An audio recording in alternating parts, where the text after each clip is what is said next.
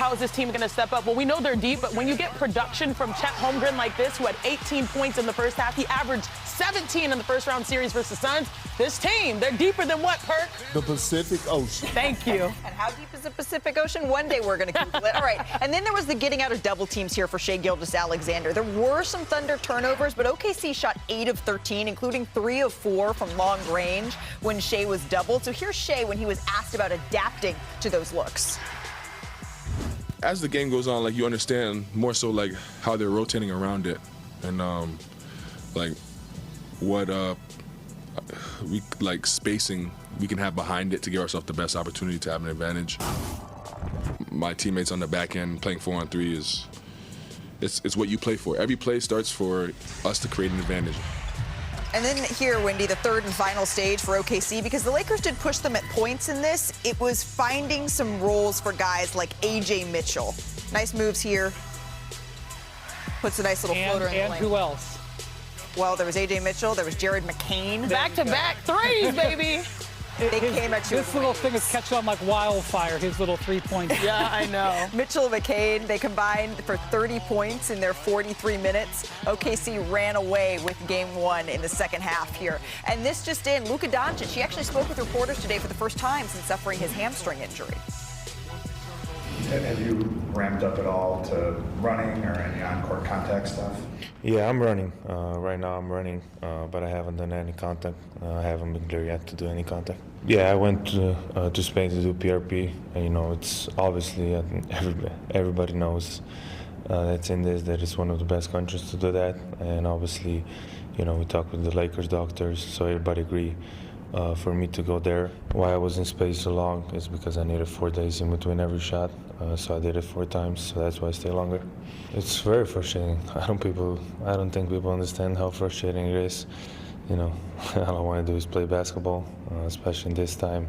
It's the best time to play basketball. It's very frustrating, but, you know, seeing what my team is doing, I'm very proud of them. So it's interesting. On the one hand, you would think, okay, is Luka talking because he's getting closer to returning? But on the other hand, it doesn't really seem like he's close. He said, and this was the first time this has been said that I'm aware of, that when the doctors saw the MRI, they said it's 8 weeks. Right. It's been 4 weeks-ish.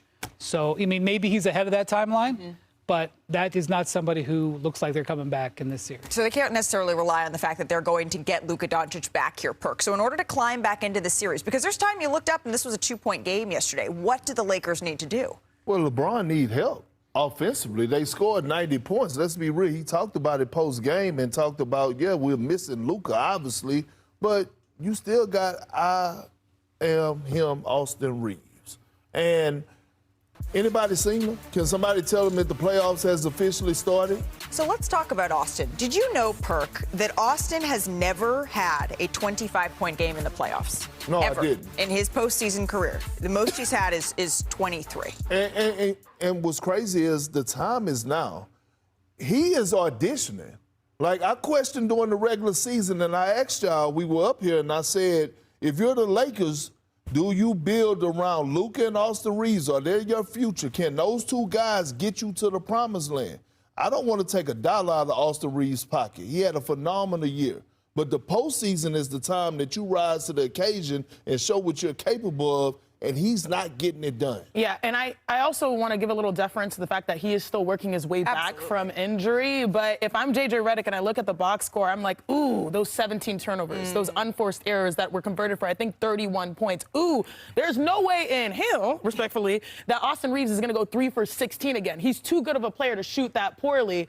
And then last but not least, you got that surprise factor from Luke Kennard and those other guys that were support. Like, it felt like you wasted a LeBron James vintage game because it's going to be hard for him to get that type of production moving forward.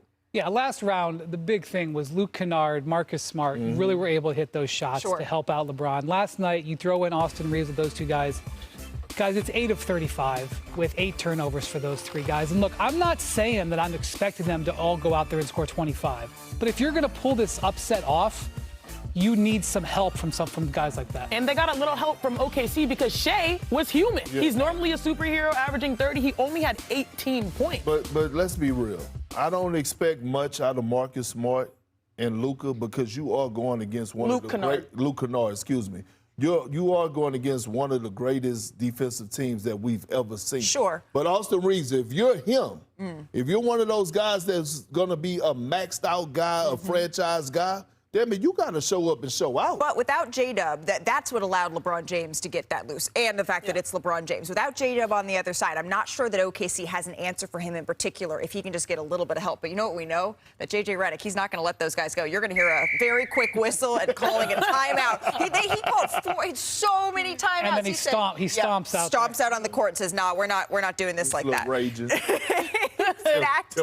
Exactly one of those. All right, I'm sweet time. All right. In the East, that's what the Cavs are doing in this series. They're taking their time. They're easing in Motown. But the problem is Cade Cunningham and the Pistons, they were firing on all cylinders. So under 4 minutes left in the third, Max Strus drives, kicks it out to Mitchell. For a moment, Shanae, we had that Cade Mitchell kind of going at it. Yeah, we had the duel, but then things flipped the switch very quickly. Hello. Third quarter buzzer beater. Great way to end the third quarter there for Detroit. Ron Holland sighting, by the way. Under 10 minutes left in the fourth. Duncan Robinson, little Euro. Oh, he can put it on the floor? Who says he can't put it on the floor? No one said that. And then he gets in James's face afterwards, who takes a little bit of an exception Detroit there. rubbing off on Duncan. Harden blocked by Duren. Great block there by Duren. Finally, we started to really see a Jalen Duren game here, Wendy. That was the next 2 minutes of basketball was Jalen Duren showcase. Here comes another one. Really, the end of the game. It was the Duren takeover. Slams it home there. Cunningham and Duren pass with again. The left? Come on. That two-man game today. The Pistons, these are the first Pistons player Cunningham was with 250 points and 50 assists over an 8-game span in the postseason in franchise history. And then Danis with a kiss of death here. A spark plug momentum. I have been informed that we have been mispronouncing it. Danis? Well, Danis it is. And when you have a play like that, gentlemen, I apologize. Here's James Harden on his performance. Look at my turnovers, and a lot of them were just on me and nothing they did. So, and, which led to I don't even know how many transition points they had, but it was way too many. And, if I had to put my print on one thing on the game, that's the game right there. How many points they had in transition? Off our turnovers? 20. There you 31. go. That's the game. It's nothing else. It's good to have a teammate that has your back checking the stat sheet there. Turnover is definitely, though, becoming a little bit of a concern here for Cleveland, right? At least 15 turnovers in their last 6 games. That's their longest streak this season and the longest in franchise postseason history. So you feel this over here, what's happening in Cavs corner? Let's just check in, a temperature check. What are you seeing from Donovan Mitchell? Well, the last 6 games for Harden and Mitchell has been unacceptable. The Cavs have lost 4 of them. And when you look at their stats, those 6 games, and by the way, the 2 that they won, they came back on. They were able to get back. But they're shooting 40%.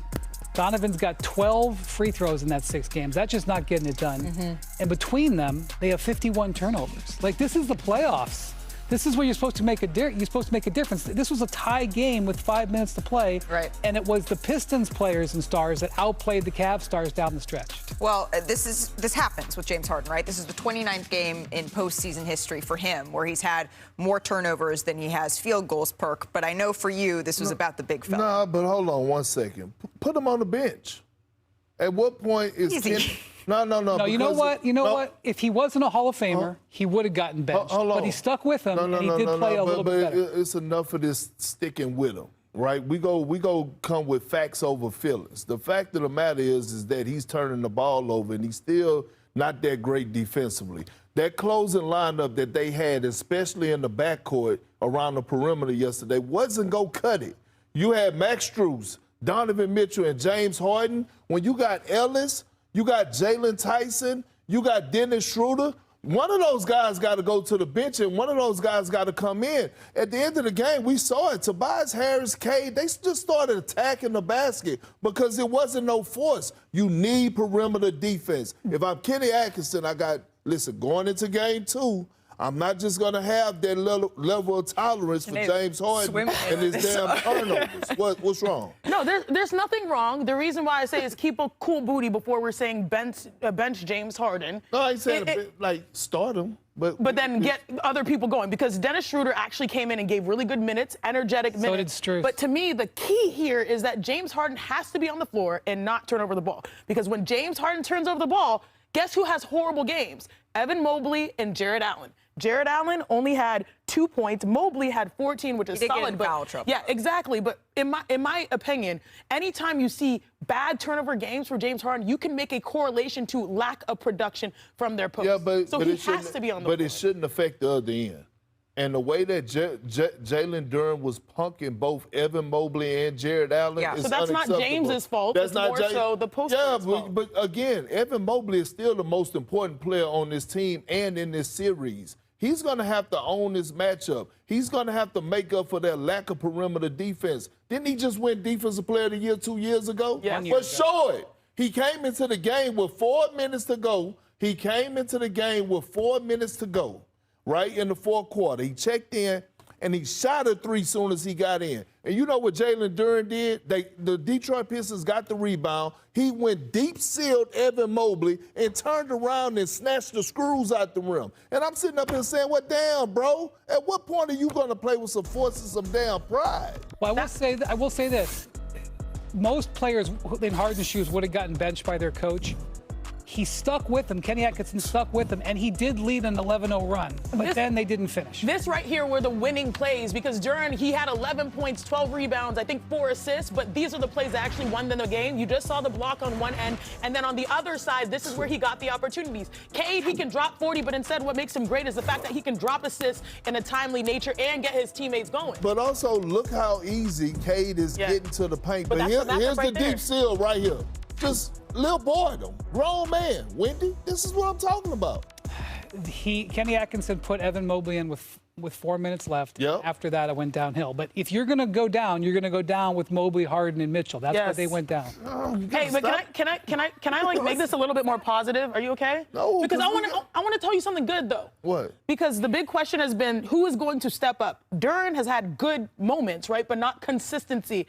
When's the first time you accepted being called auntie? It was recent for me. They called Tobias Harris Unc. Still have not. And he has. I'm cool with being auntie. Tobias Harris is excellent right now as a number 2 option scoring. He's had 6 straight games of 20-plus points. He has not even had that in the regular season this year. He's playing his best version of basketball right now, and he has been the calming presence. You see that mid-range shot right there? That was what helped ice the game. Janae, as what the Pistons did and what they have learned, this is the number 1 seed that we were waiting to see rather than the turnovers of the Cleveland Cavaliers. Completely agree. We've been waiting for Cade Cunningham to have help. Duncan Robinson had 5 threes. Tobias had 20-plus points. Jalen Duren had a huge run in the fourth quarter. This is the Pistons squad that can actually do it. You know what happened? It was a blessing in disguise for them to go through that hard-fought 7-game series because they found themselves, right? And they developed a confidence. But we have to stop with this James Harden. He's 36 years old. He is not the guy that you just going to continue to give extending his leash. Like, no, if he's not cutting it, put him on the bench. All right, well, before Perk breaks the table with his Arthur I ain't got fist enough that's money to happening pay for over it. here, let's take a